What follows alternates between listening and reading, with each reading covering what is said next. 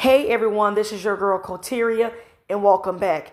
I want to get into this story that I had seen a video that came across my YouTube timeline when I was just binge watching a lot of YouTube videos, and it was very interesting because you know what, I have never seen this happen, this particular type of incident.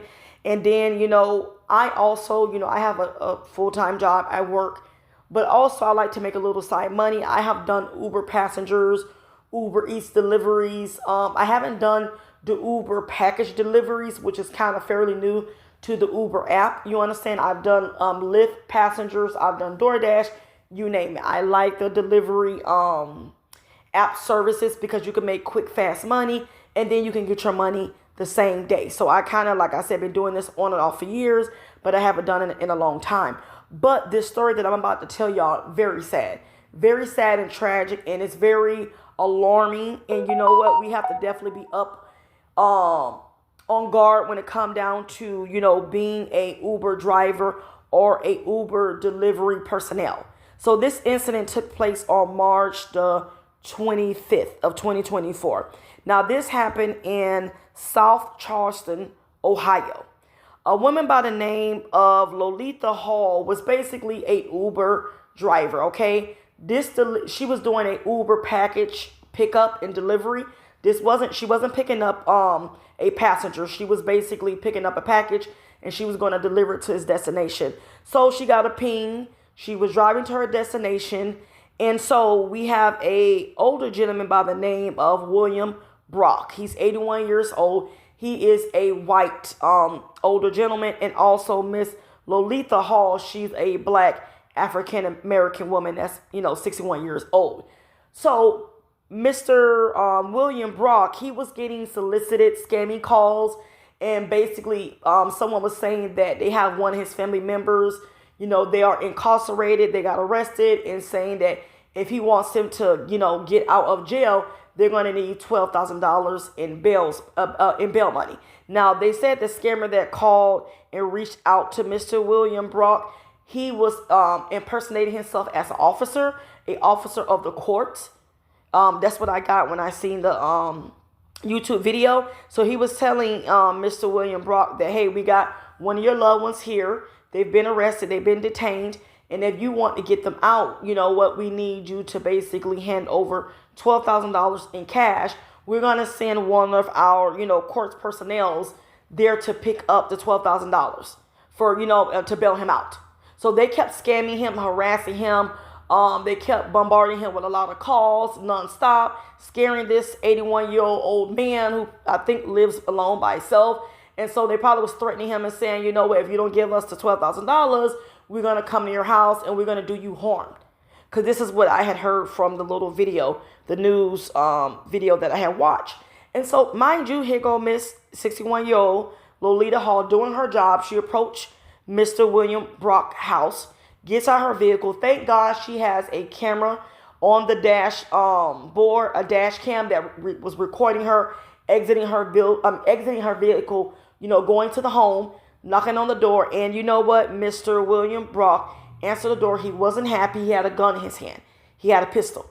And so, he thought that Lolita Hall was a perpetrator and the person that was coming to rob him. So he was really upset and told her to, get away from his house, get off his porch. He's going to call the police and she needs to not go anywhere. And so, Miss Lolita Hall is very confused because she just there to do a job, pick up a package. She know nothing about someone from the courts calling him. So he's probably telling her like, what's going on? What scam that you're trying to pull on me? I'm getting all these unsolicited calls, these scam calls. What are you doing? So he's kind of frustrated with her and telling her that, she needs to come clean with the scamming that she's doing with whatever, these people are, whoever these people are. And so Miss Lolita Hall is confused. Like, what are you talking about? I'm only here just to pick up a package. And he's like, I got no package. I'm not giving you no money. And just kind of like going off on her. You could kind of hear it in the dash, video in her car. So she just like, kind of like, I don't know what you're talking about. And she's kind of walking away from him, trying to go to her car. And he's just like, don't move. If you move, I'm going to like be compelled to shoot you. You need to stay here until the police get here. So he was basically trying to threaten her, falsely imprison her. You know what I'm saying? To keep her there. And mind you, she's scared at this point. Because like I said, she didn't sign up for this. She didn't know what she walked into. You going to, do your job and somebody pulls a gun out on you once they open the door, you're kind of like, really scared at this point. So I know she's probably scared out of her mind.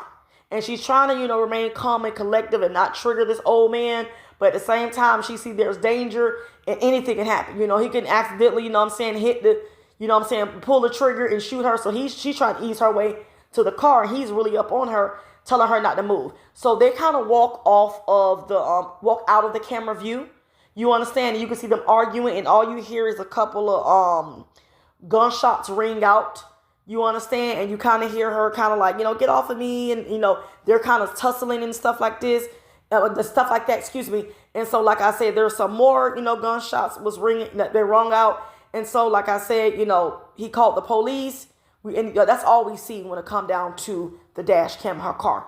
It's only just, I'll say a minute video from my standpoint. They're not going to show the whole thing and stuff. So, like I said, Miss Lolita Hall had died while she was, they was doing emergency surgery on her, so she died at the hospital. So, Miss Lolita Hall expired. Also, Mr. William Brock is under arrest. I'm not sure if they're going to charge him with first or second degree murder, because when you look at it, I've never seen any type of incident like this. You know what I'm saying? It's very unfortunate, and I understand the 81-year-old man. He's fragile. He's older. He don't know what to do.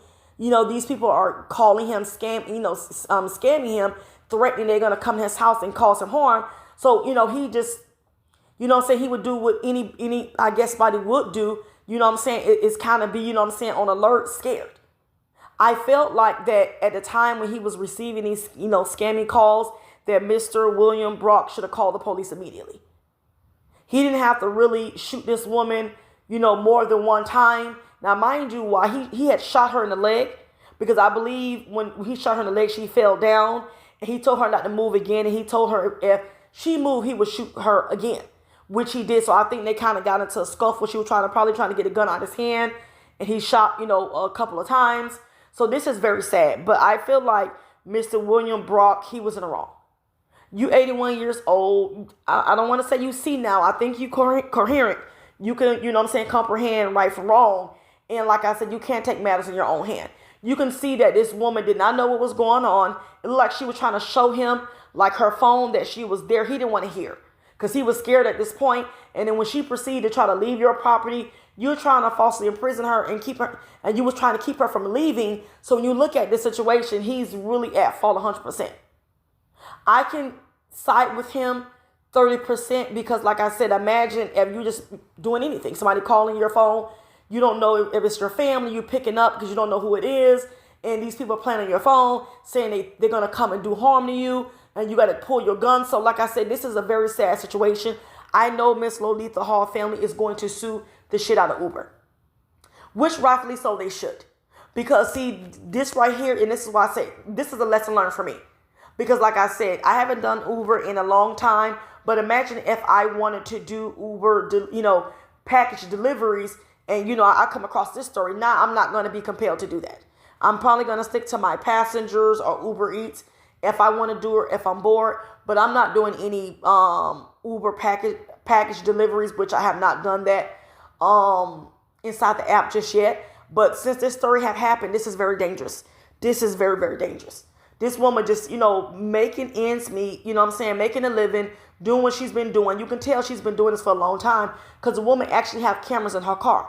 And she actually had cameras facing, the view was outside of her car, which was very smart because people in the comment section was saying if she didn't have this camera, they would have probably considered Mr. William Brock a hero. They would have thought that she was a perpetrator and she was coming to cause harm and rob this old man. And that wasn't the case. So her having these cameras in her car is really good evidence, in defense of her. So, if she didn't have these cameras running, it would have been his story against hers. And in this day and age, I hate to say they would have sided with the old white man, the vulnerable old white man. But he was in the wrong. You was really kind of like in a way harassing this woman when she was trying to get away.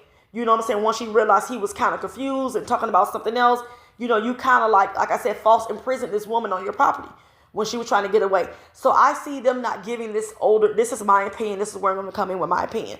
I feel like they're not going to give Mr. William Brock so many years. He's already old. I think the max he might get is probably 3 or 4 years, if that, or probably house arrest, because this man is on his last leg. And like I said, this incident is very unfortunate. You know, I'm not going to lie, when somebody doing stuff like that to you, I got to kind of put myself in Mr. Williams' shoes. If I was old, fragile, and someone's saying they're going to come and do this to me, I can't run and move fast. And then all of a sudden I get a knock at my door and somebody, you know, telling me they here to pick up a package. I'm going to probably be really, really, really nervous and scared. But also at the same time, I probably wouldn't open my door. I would have probably called the police at this point. I would have not opened my door and the person would have left. I would have been looking at them through my little peephole in my door, but I wouldn't open that door. So I don't know what he was thinking. And then, like I said, he seen a older black woman. She also, like, she have a little limp. So like I said, I don't know if the old man is senile or not, but he went too far. You could have really called the police. You're supposed to call the police. You're not supposed to take things in your own hand.